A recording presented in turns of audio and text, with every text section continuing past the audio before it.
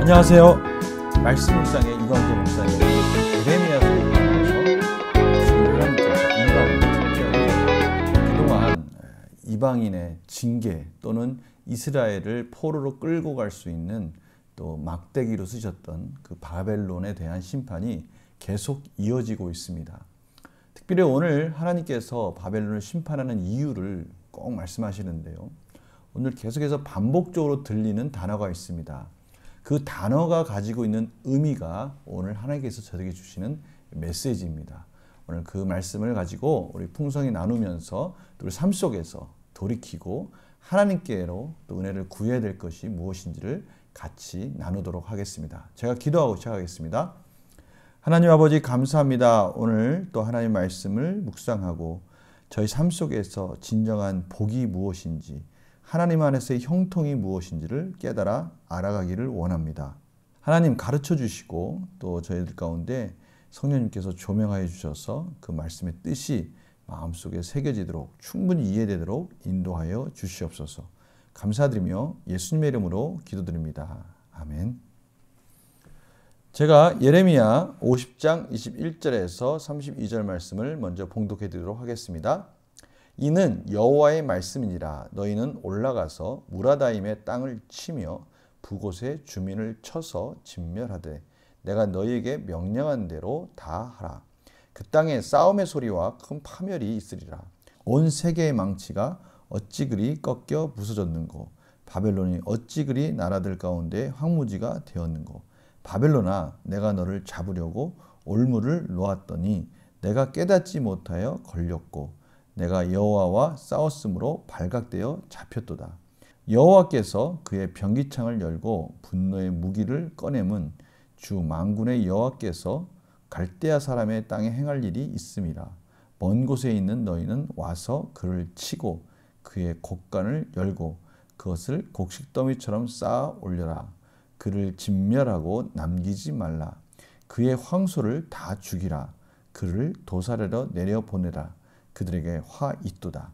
그들의 날 그 벌받은 때가 이르렀음이로다. 바벨론 땅에서 도피한 자의 소리여 시온에서 우리 하나님 여호와의 보복하시는 것 그의 성전에 보복하시는 것을 선포하는 소리로다. 활 쏘는 자를 바벨론에 소집하라. 활을 당기는 자여 그 사면으로 진을 쳐서 피하는 자가 없게 하라. 그가 일한 대로 갚고 그가 행한 대로 그에게 갚으라.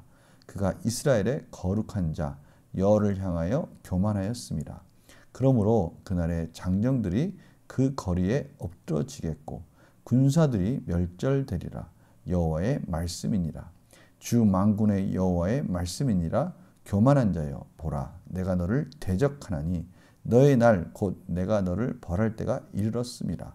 교만한 자가 걸려 넘어지겠고 그를 일으킬 자가 없을 것이며 내가 그 성읍들의 불을 지르리니 그의 주위에 있는 것을 다 삼키리라. 아멘. 오늘 하나님께서 바벨론을 심판하시는 모습 속에 계속 들리는 두 단어가 있습니다. 그것은 하나 보복이라는 단어입니다. 하나님께서 그들이 행한 대로 보복하시겠고 갚으시리라 라는 단어가 계속해서 들립니다. 성전을 향해서 그들이 소중히 여기지 않고 하나님을 경외하지 않던 그런 모습들 하나님께서 반드시 보복하겠다. 하나님을 경외하지 않고 그의 백성을 무참히 또 가볍게 여겼던 그 모든 것들 그런 것들 보복하고 갚으리라 라고 말씀하시는 것이죠. 그것은 하나님의 공의의 심판이라고 할 수 있습니다. 그걸 다른 말로 한다면 오늘 또 많이 들리는 또 다른 단어가 하나가 있습니다. 그것은 교만이라는 단어입니다. 31절 32절에 보면요. 교만한 자여 보라 내가 너를 대적하나니 교만한 자가 걸려 넘어지겠고 바로 이런 부분들입니다. 계속해서 이 바벨론이 교만하였다라는 것이죠. 하나님의 심판을 받기에 합당한 그들의 교만함, 하나님을 무시하고 하나님을 가볍게 여기고 우상을 섬기면서 그들이 가지고 있는 힘과 능력이 마치 자신들 스스로 그들이 가진 것처럼 그렇게 교만했을 때 하나님은 진정한 주권자가 누구이신지를 보여주고 계시는 것입니다.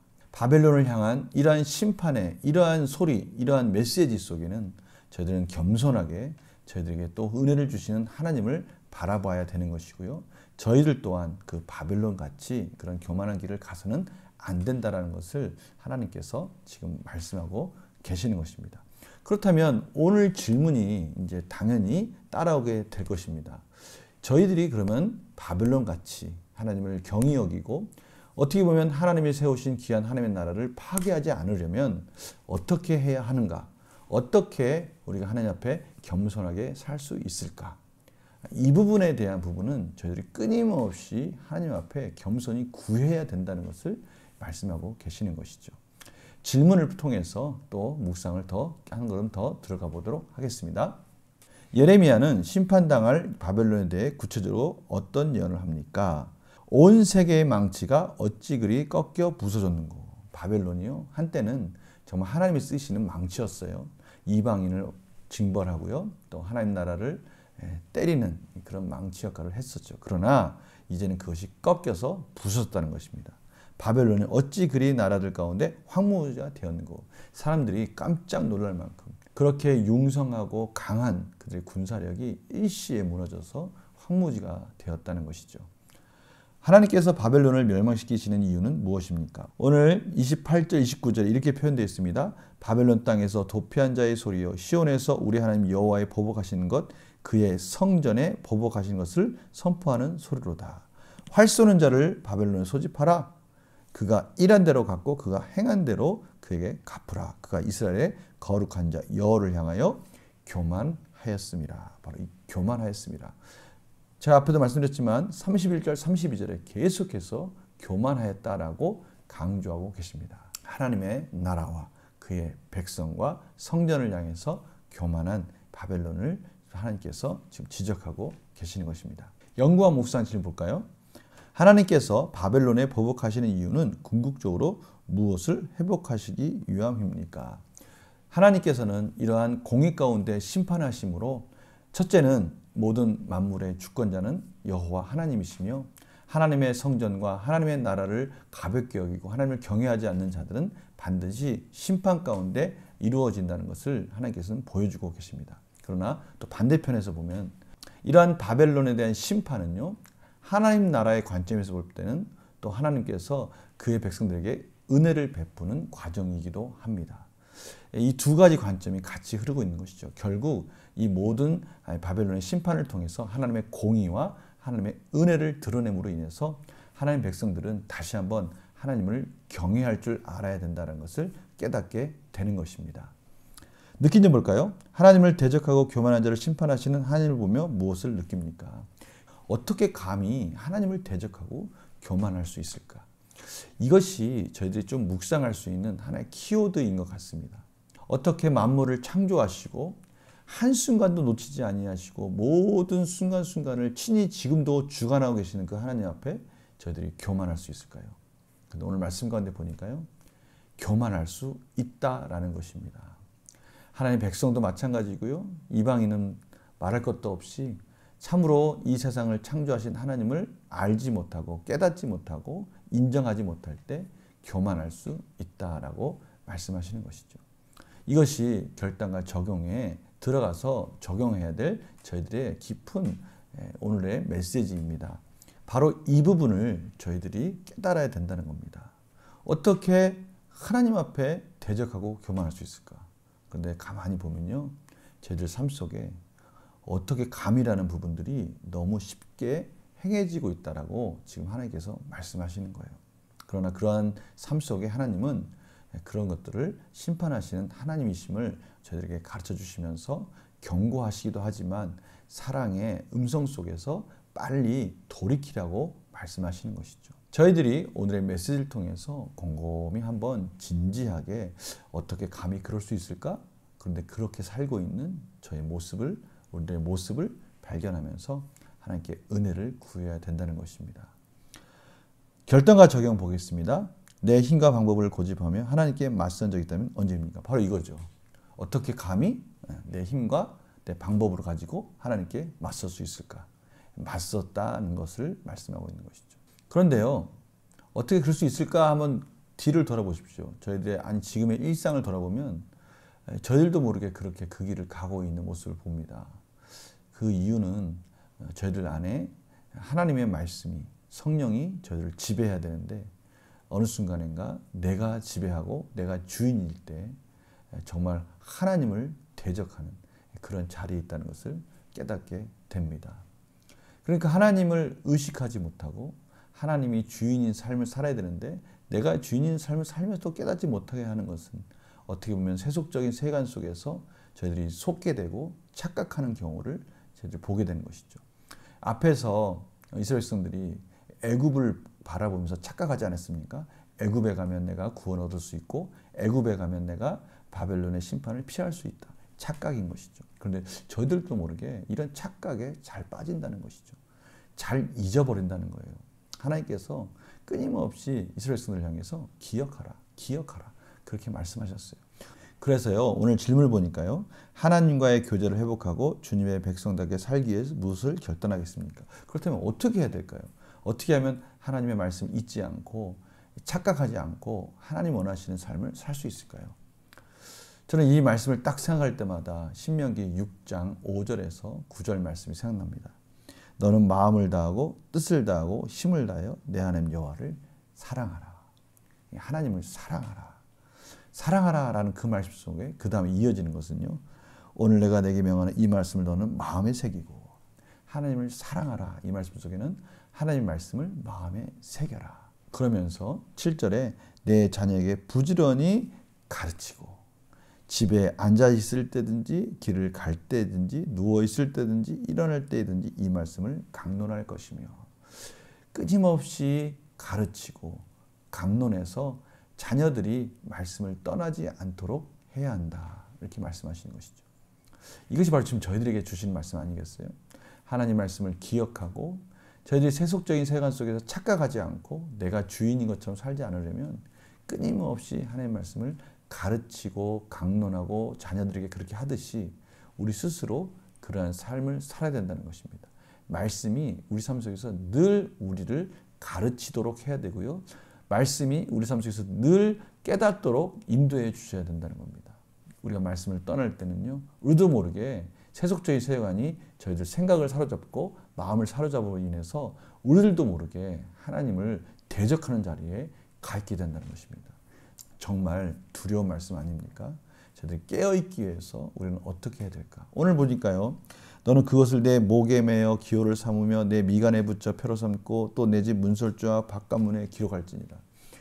하나님의 말씀을 곳곳에 기록하면서 신체의 곳곳에 가지고 다니면서 하나님의 말씀이 떠나지 않도록 하라는 것이죠.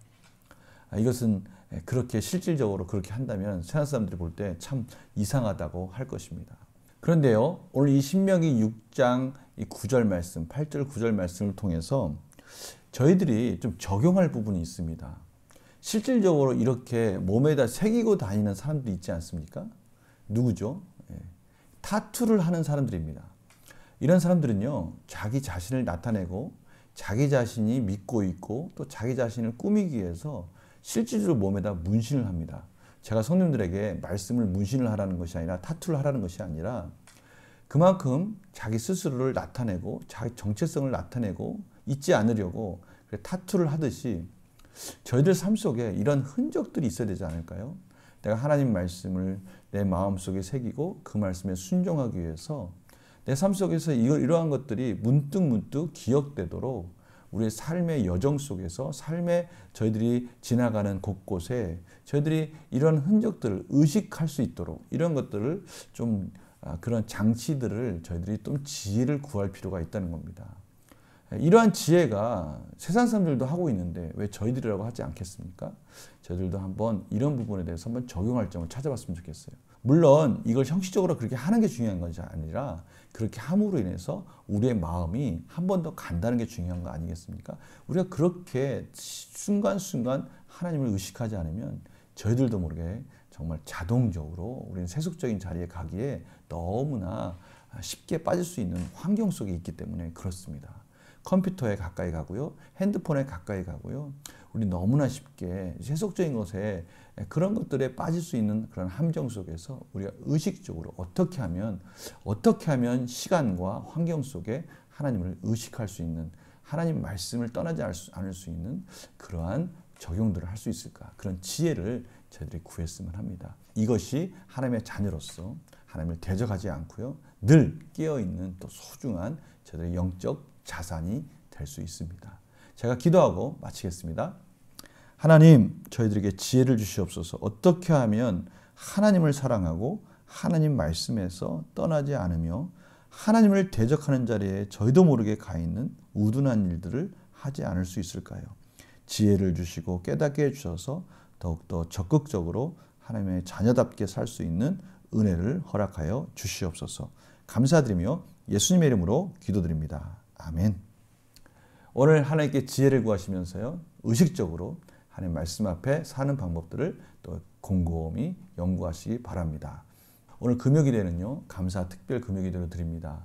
우리 구역장님들 또 많은 분들 동원하셔서 모든 분들이 또 위드 코로나와 함께 교회에 모여서 함께 기도하는 그런 시간 가졌으면 합니다.